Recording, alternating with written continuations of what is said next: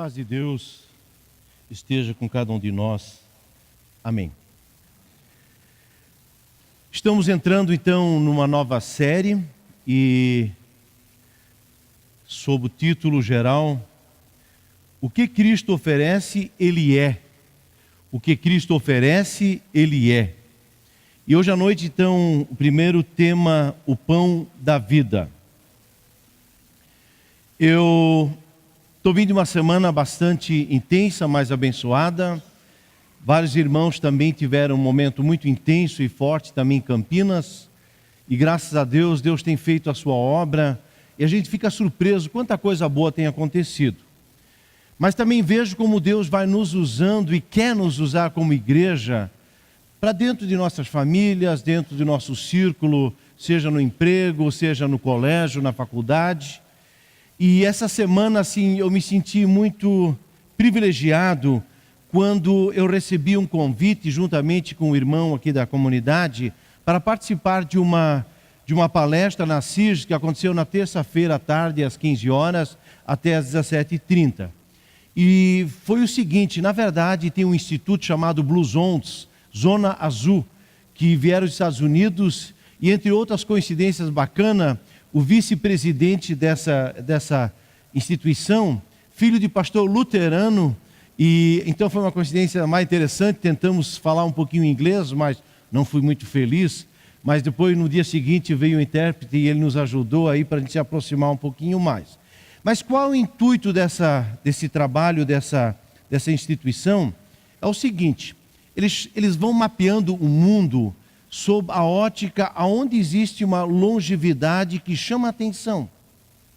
E eles destacam que na cidade de Okinawa, uma cidade do Japão, eles encontram pessoas que realmente alcançam uma idade bem avançada.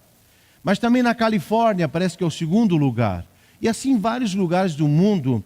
E parece que nós caímos um pouquinho também assim no mínimo chamamos a atenção. E eu confesso, eu sou natural de Blumenau, trabalhei 11 anos em Joinville, e me chama a atenção a longevidade aqui também em Jaraguá do Sul. Nós temos um senhorzinho, o seu Mosh, que tem 99 anos, ele está no nosso grupo da terceira idade. Uns anos atrás ele vinha de bicicleta ainda, tá? Mas aí a família achou muito perigoso, né? Ele não vem mais de bicicleta. Também temos 3 pessoas de 97 anos. E várias pessoas de 90 ainda, né, entre 91, 92 e 93, muitas de 80 anos a 90 anos, diversas de 70, né, e de 60 para cima não tem tantos, porque quem tem 60 anos acha que ele não precisa ir no grupo de idosos ainda, né? Então, pasmem, eu estou com 55, daqui a alguns anos eu já poderia estar no grupo da terceira idade. Mas eu vou sim, porque aquele lance é muito legal. A gente canta, tem palavra de Deus, toma café, a gente 2 vezes ao ano faz um passeio bem interessante, tem uma comunhão deliciosa, e enfim, essa é a realidade. E esse Blue Zones, através do SESI, eles tiveram um contato com aqui a cidade, e não é só nosso grupo não, nós temos 130 inscritos, 100 participantes regulares, mas a cidade chamou atenção. E isso inclusive saiu uma entrevista no Correio do Povo, o jornal aqui da nossa cidade, falando e destacando uns 9 itens. Eu agora não lembro todos os itens, mas poderia até pesquisar agora, mas todos os casos, me chama a atenção. Chama a atenção que eles dizem que tem algo a ver com as políticas da cidade. 2, tem algo a ver com os relacionamentos, seja família, amizade, ponto de encontro, grupo de idosos. E o terceiro aspecto são as questões espirituais, os valores espirituais. Fizeram uma pesquisa também numa cidade onde, com 300, agora não sei se é uma pesquisa, numa cidade, mas fizeram um levantamento e uma entrevista com 300 pessoas acima de 100 anos. Só 2% dessas pessoas que não tinham uma espiritualidade. Todos os outros, quer dizer, apenas 6 pessoas não tinham contato com uma igreja, uma vida espiritual. Todos os outros tinham um forte vínculo espiritual. Claro, para nós é a nossa fé cristã em Jesus Cristo, o Filho de Deus. Mas para eles até, eles com a sua fé, a sua religiosidade, mas eu queria dizer como dentro de nós temos a necessidade de significar através da nossa espiritualidade. Eu às vezes me pergunto como é que essa geração mais nova, que é tão racional, onde a ciência parece que tem a palavra final, e para mim isso não é tão novidade, porque no 4º mandamento nós lemos que Deus diz: honra teu pai e tua mãe, para que vás bem e vivas muito tempo sobre a terra, ou prolongue os dias da tua vida sobre a terra. Quer dizer que a Bíblia já aponta que essa coisa de honrar os pais e ter uma espiritualidade, isso faz parte também da nossa longevidade. Mas por que estou falando tudo isso com o pão da vida? É na verdade porque eu queria destacar ainda que tem 3 coisas bem interessantes que eles falaram. A nossa alimentação, ela é muito importante. E eles dizem que nós deveríamos apenas comer 80% da nossa vontade de comer. 80%. Deixar uns 20% assim de não comer tanto. Mas como fazer isso se nós temos uma cuca tão conhecida como a nossa? Alguém disse: pastor, o segredo da longevidade é a nossa cuca, na verdade, né? Cuca é esse doce alemão aí, tradição alemã, que se faz uma vez ao mês e que realmente é um espetáculo. Mas não é isso que eles estavam dizendo. Eles estavam dizendo essa capacidade de a gente não se empanturrar. E eu gosto de comer, como eu gosto, né? Eu sou daquele que ainda pego mais um pedacinho, mais um stickingzinho, mais um pouquinho ainda para um tira-gosto no final, assim, né? Bom, gente, mas é interessante. A segunda questão, eles dizem, a gente tem que transformar a alimentação num ritual social, ao ponto que eles procuram chegar nos colégios, eles procuram fazer contatos para o quê? Para que as crianças não comam mais nos corredores, porque um pacotinho de Cheetos tem um pacotinho de bala e mais uma bolachinha recheada, isso não é bom. Eles incentivam que os colégios realmente tenham o seu momento de lanche para que a gente sente e transforme a comida num momento social. Então, poderíamos botar mais essa coisa de preparar um lanchão e na frente da televisão, a gente acaba nem focando o que a gente come. Um pacotinho de bolacha, uma caixa de bombom, essas coisas, elas não são recomendáveis, porque nós estamos desvirtuando aquilo que a alimentação deveria ser. Como é importante eles estar com isso também. Mas também uma outra coisa, eles dizem que a carne não pode ser o centro da alimentação. E nós brasileiros comemos e gostamos muito de comer carne. A carne deveria ser um acompanhamento. O verde, o prato colorido, isso deveria ser o prato principal. E esses na verdade são critérios que essa Blue Zone encontra, onde tem uma longevidade interessante e qualidade de vida. Pessoal, nós estamos falando de comida. Bate uma fomezinha já de novo, de repente, né? Mas daí, conversando com o meu genro, que é professor de educação física, ele diz: sogro, na verdade a comida, ela revela muito a respeito de nós mesmos. Nossa relação com a comida revela muito sobre nós mesmos. E aí eu pensei: cara, isso é verdade? Se nós olharmos, analise uma vez como as pessoas comem. Tem o comilão, o glutão. Tem a pessoa chata que não gosta aqui da cebolinha, não gosta da salsinha. E esse arroz eu não gosto, né? Então tem esse. Tem aquele que de alguma maneira o cara não pode ver uma comida que é o primeiro da fila. Não tem esse? Na empresa, lá o bandejão, tem aquele cara que sempre é o primeiro, cara, né? Tem outro que não se mistura, ele não quer se misturar com a turma, ele quer ficar sozinho, né?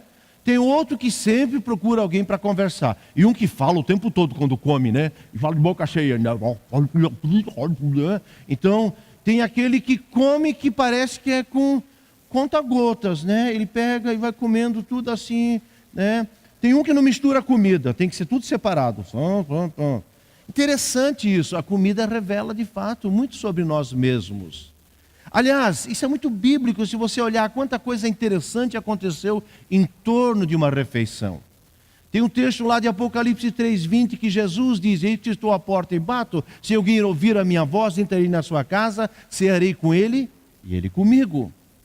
Aliás, quem trabalha nesse mundo corporativo aí, sabe que grandes decisões acontecem aonde? Em torno de uma comidinha, não é verdade? Queridos, vejam bem, a comida. E agora, de repente, nós lemos no Evangelho de João que Jesus é o pão da vida. Aliás, em Mateus ou em outros evangelhos também, Jesus, quando ele nos ensina a orar, ele diz que vocês devem orar assim: Pai nosso que está nos céus. E aí na quarta petição, o pão nosso de cada dia nos dá hoje. Vocês lembram? Oramos. E pão nosso, conforme Lutero, não é apenas aquilo que é o pão, mas é tudo que nós precisamos para viver. Bom, gente, nós queremos agora, dentro desse contexto de tanta comida e tanto falar do pão, eu quero lembrar ainda que o pão, curiosamente, o pão é uma comida super antiga. Em todas as culturas tem um tipo de pão e é feito de uma maneira muito básica. É o trigo, ou se não uma farinha de um outro grão, que podia ser milho, ou talvez outro grão ainda, ou talvez de uma raiz. Mistura essa farinha, mistura isso com água, um pouquinho de sal e um pouquinho de fermento. E você vai ter o pão. E cá entre nós, é muito raro achar alguém que não gosta de pão. De alguma maneira, todos amamos um pão. Quer ver um pãozinho fresco, né? Pãozinho fresco, aquele pão que a mãe fez, pão fresco que a mãe fez. Cara, e eu lembro assim, quando eu era adolescente, não tem limite, né? 12 pães, uma questão de média, assim, 12 pãezinhos, né? E aquele pão inteiro, assim, recém-saído do forno a lenha, aquilo não tem limite. De fato, a gente consegue comer muito um pãozinho fresco. E claro que a maionese, uma manteiga, a margarina, uma geleia, uma chimia, como a gente diz aqui na nossa região, pode fazer muito bem. Mas se faltar o pão, não adianta todo o resto, não é verdade? Interessante, quando Jesus fala do pão, ele quer dizer que é algo básico, essencial, conhecido em todas as nações, em todo lugar vai se ouvir, dizendo que Jesus é o pão da vida. Automaticamente nós vamos entender que Jesus é o básico para a nossa existência. Eu quero, a partir agora do Evangelho de João, capítulo 6, nós vamos ouvir agora eu preciso passar esse capítulo todo, tá? E o primeiro item, então, o pão como uma necessidade. Esse texto começa que Jesus, depois conversando, falando com o povo, era a época da Páscoa, muita gente estava indo para Jerusalém. Jesus senta num certo lugar lá e durante o dia, talvez até dias, ele vem falando sobre as coisas do reino de Deus. E quando ele termina a fala, alguém se preocupa que aquele povo está faminto. E de repente alguém diz: Senhor, essa gente tem fome. E Jesus diz: deem vocês de comer. Interessante que Jesus, como pão da vida, ele diz: vocês são responsáveis, alimente o povo, alimente. E aí Felipe disse: mas Senhor, nem 200 denários, que é o trabalho de 200 dias, não daria para comer pão para toda essa gente. E aí acontece que André diz: Senhor, tem um menino que tem 5 pães e 2 peixes. E Jesus pega esses 5 pães e 2 peixes e diz: agora se organizem. E aí a turma se organiza. Senta onde? Na relva, uma graminha fofa. Se organizem, pequenos grupos, em cima da grama. E agora Jesus pega o pão e agradece ao Senhor, agradece a Deus. E ele diz: agora começa a distribuir. Distribuindo, e de repente cada um se alimenta. E ainda diz assim que no final são colhidos 12 cestas de pães que sobraram. 5 pães, 2 peixes, depois sobram 12. Que equação é essa? Eu queria assim, aqui Jesus mostra nitidamente que nós temos uma tarefa sim de cuidar da parte material, física, da dificuldade das pessoas. O pão é tudo que nós precisamos para viver. Nós, como igreja e cristãos, deem vocês a comer para eles. É verdade que Jesus tem uma estratégia muito interessante. Ele diz assim: não é o pessimismo, o que adianta? O que adianta, né? que adianta 200 denários? Começar a calcular. Jesus diz, me traga aquilo que você tem. E aí 5 pães e 2 peixes. Mas quando ele pega isso na sua mão e ora, quando nós entregamos na mão do Senhor 5 pães e 2 peixes, acontece uma equação bem maluca. E Jesus entra e organiza. Ele diz agora, se organizem. Vamos pensar, vamos ter um cálculo, vamos se organizar.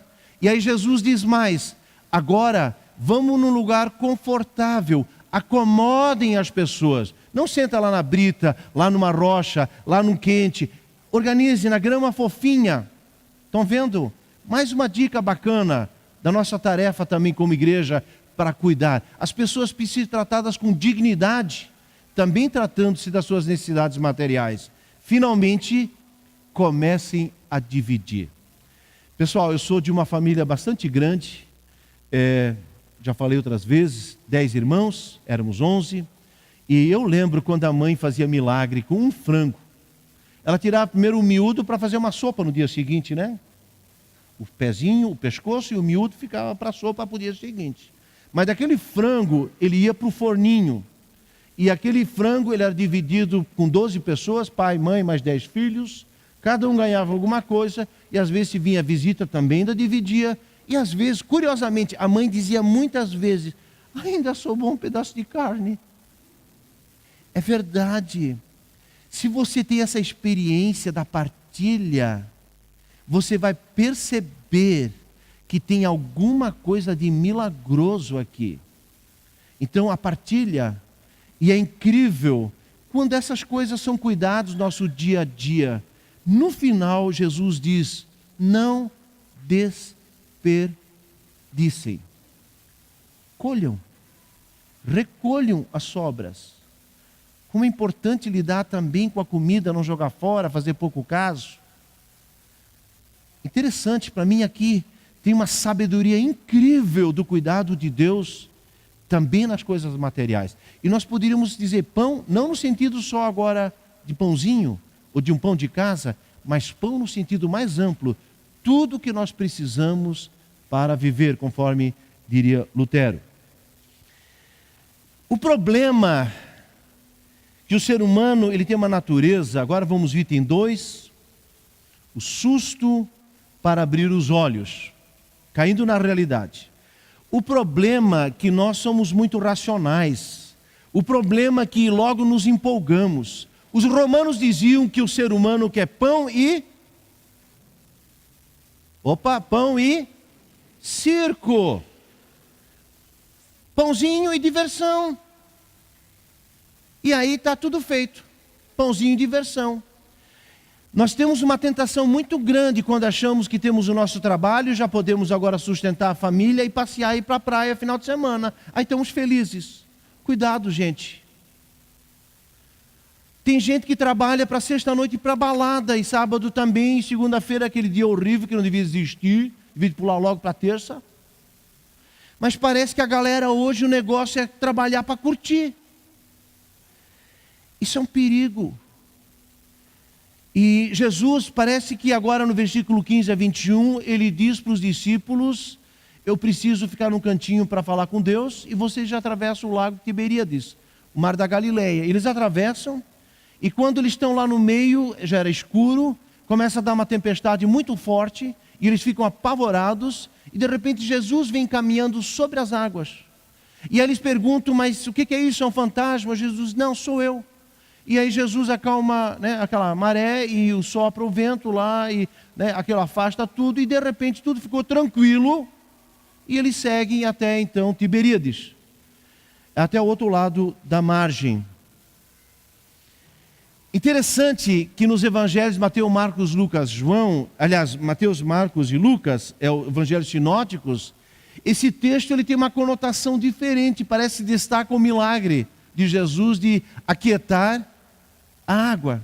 Mas aqui no evangelho de João, que é o evangelho diferente dos outros três, onde se quer falar o tempo todo da essência desse Cristo, que ele não é só um milagreiro, mas ele é o Filho de Deus. Então, a atenção que João dá aqui é muito rasteiro, muito rápido, muito mais querendo chegar ao final do capítulo, dizer que ele é o Filho de Deus que traz vida eterna. Aqui, na verdade, para mim esse milagre é muito mais para destituir o que aconteceu lá com o rei do pão, com fome zero, e muito mais logo acabar com essa fantasia perigosa de transformar Jesus num político que acabasse com as necessidades humanas. Então ele já põe direto numa tempestade. Eu acho que isso é muito próprio do Espírito Santo, quando nós nos empolgamos às vezes. Agora sim, nós vamos bombar. Agora sim, nossa empresa. Agora sim, meu trabalho. Agora isso, aquilo. E a gente já vai se empolgando no pão e na diversão. Parece que o Senhor mesmo manda os discípulos atravessar agora o rio. Aliás, o lago, né? O Mar da Galileia. Isso, na verdade, era um grande lago, chamado de Mar da Galileia.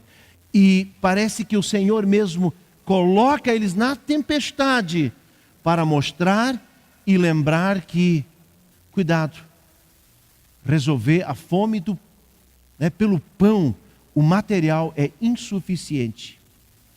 Agora nós vamos, na verdade Jesus, ele quer nos libertar de uma sedução que ele mesmo sentiu na pele.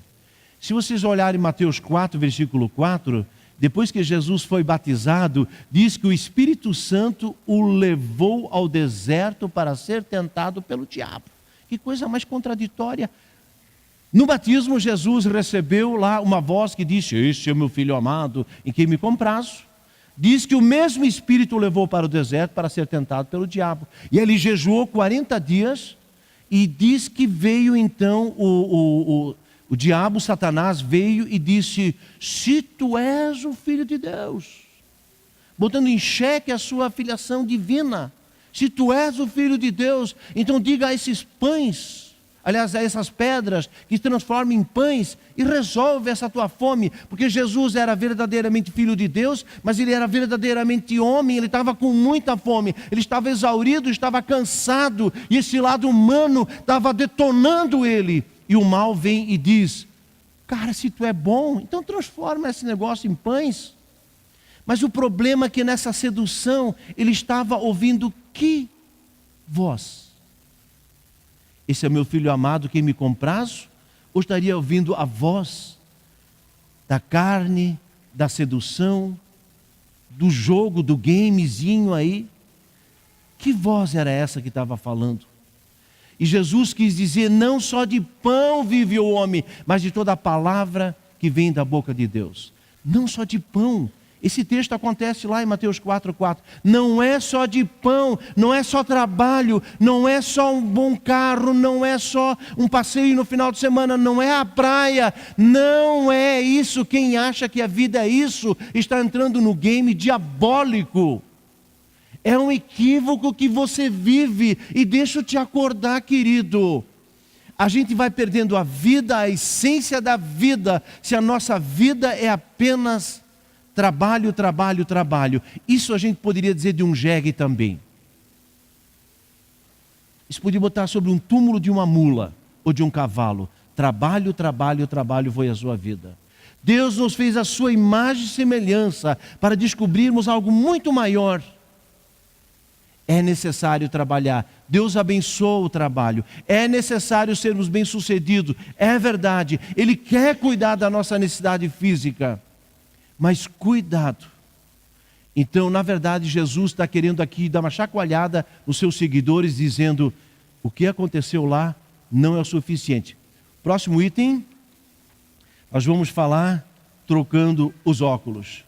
Interessante que quando eles chegaram perto de Jesus, eles queriam transformá-lo no rei do pão.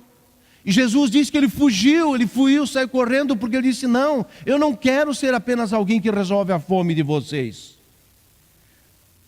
A multidão procura Jesus como aquele que resolveria os seus problemas sociais, opressão dos romanos, a questão da fome e até da saúde. Porque Jesus também curava. E Jesus agora dando pão, é o cara certo que nós precisamos aí para ser o presidente do nosso país. Diz no versículo 22, no dia seguinte, a multidão que tinha ficado do outro lado do mar percebeu que apenas um barco estivera lá e que Jesus não havia entrado nele com seus discípulos, mas eles tinham que partir sozinhos. Então eles foram atrás, e aí no versículo 26 Jesus diz assim: a verdade é que vocês estão me procurando não porque viram sinais miraculosos, mas porque comeram os pães e ficaram satisfeitos. Não trabalhem pela comida que se estraga, mas pela comida que permanece para a vida eterna, o qual o Filho do Homem lhes dará. Deus, o Pai, nele colocou o seu selo de aprovação.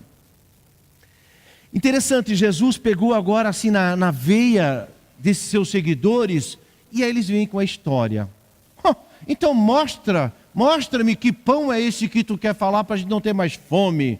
E aí Jesus diz que ele é o pão da vida. E ele diz, não, na verdade, Moisés, esse sim, ele fez chover o maná. E quando choveu o maná, aí a multidão se alimentou. Esse é o pão que caiu do céu.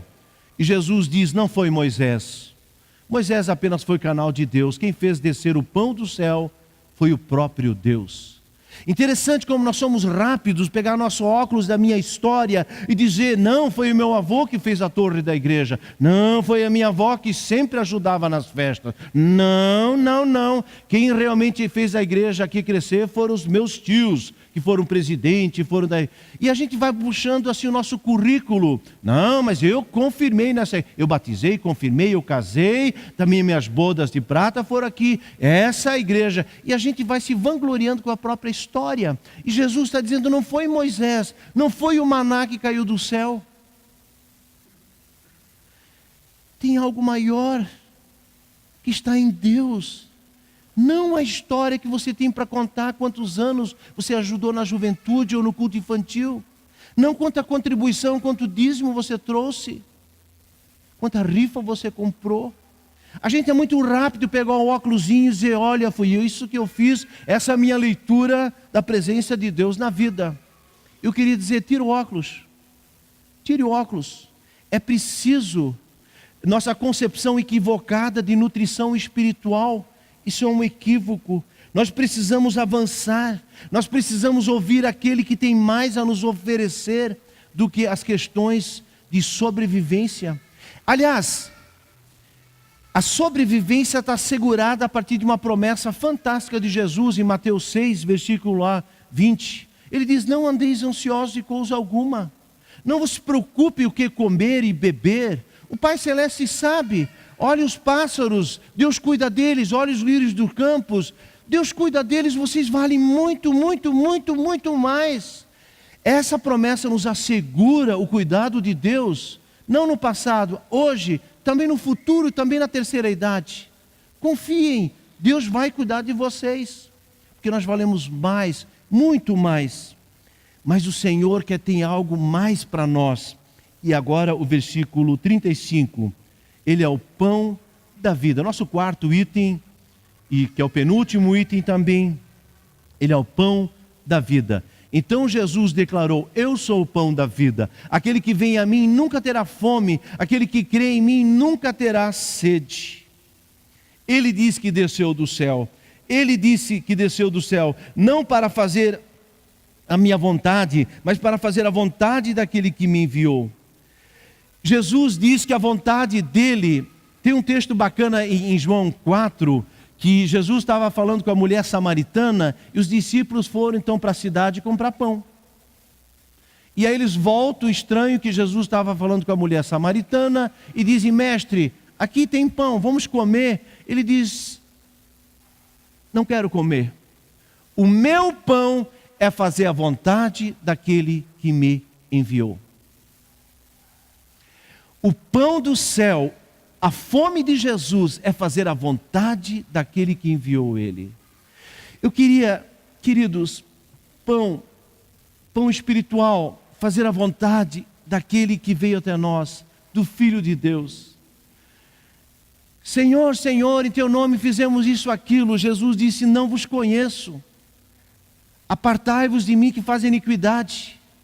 Mas não é todo que vai dizer Senhor, Senhor, que vai entrar no reino dos céus, mas aquele que faz a vontade do meu Pai que está no céu. Jesus diz que o pão dele, a comida dele, a bebida dele é fazer a vontade daquele que está acima de nós.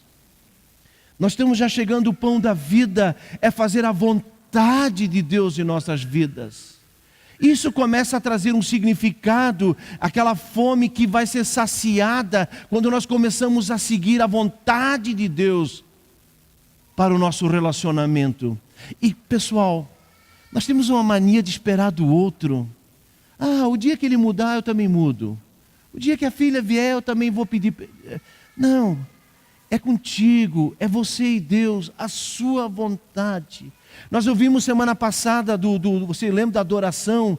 É a entrega, esqueça os outros. Mesmo no casamento, eu queria dizer assim, comece a focar uma vez Deus verdadeiramente na tua vida. Comece a focar, foque Deus, buscar o reino de Deus, a sua justiça. As outras coisas vão ser decorrência daquilo que Deus tem para ti. Pão da vida, Ele é o pão que desceu do céu. Versículo 38, pois desci do céu, não para fazer a minha vontade, mas para fazer a vontade daquele que me enviou. E esta é a vontade daquele que me enviou, que eu não perca nenhum dos que me deu, mas ressuscite no último dia.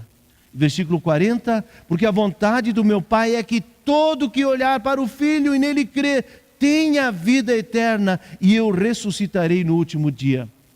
A vontade de Deus é que a gente viva, coma, beba, possa ter lazer, prazer familiar, mas que igualmente, ou muito mais importante, que a gente tenha a certeza da vida eterna. Esse é o pão, porque gente, esse é o pão que sustenta de fato, que dá significado de vida hoje e também na eternidade. Porque eu quero dizer para vocês, 20 aninhos, 30 aninhos, 40 aninhos, 50 aninhos, 90, 110 aninhos passam.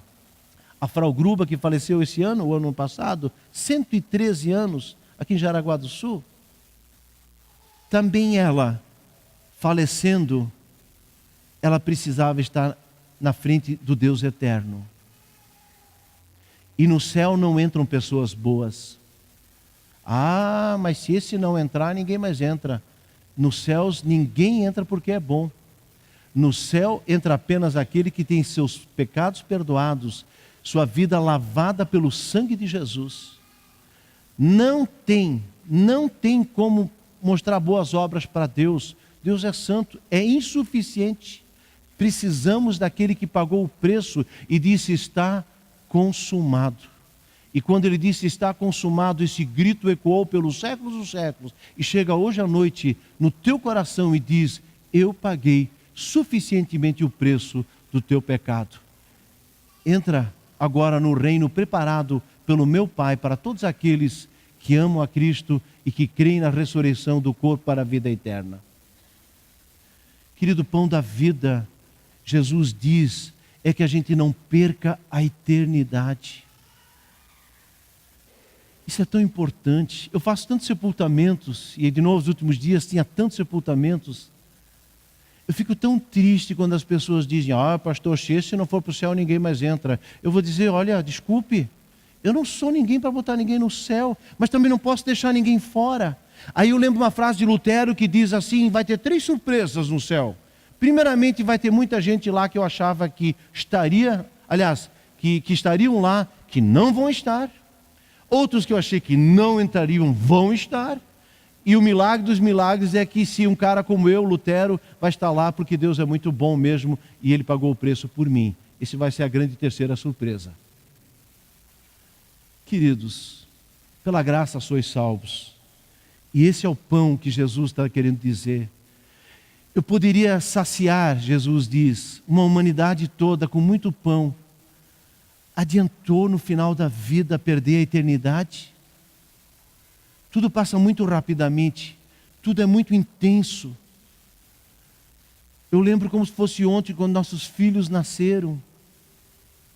Foi ontem, e hoje sou avô, mais um pouquinho os netos vão crescendo.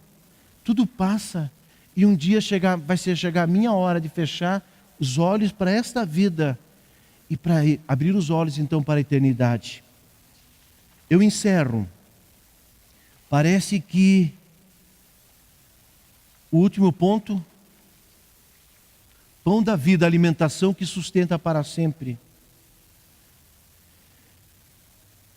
Jesus, nesse discurso dele, esse capítulo ele é meio longo e até um pouquinho assim pesado, contraditório, a galera não entende, e Jesus chega no final e ele pergunta também para os seus seguidores, os discípulos: e vocês, querem me deixar também?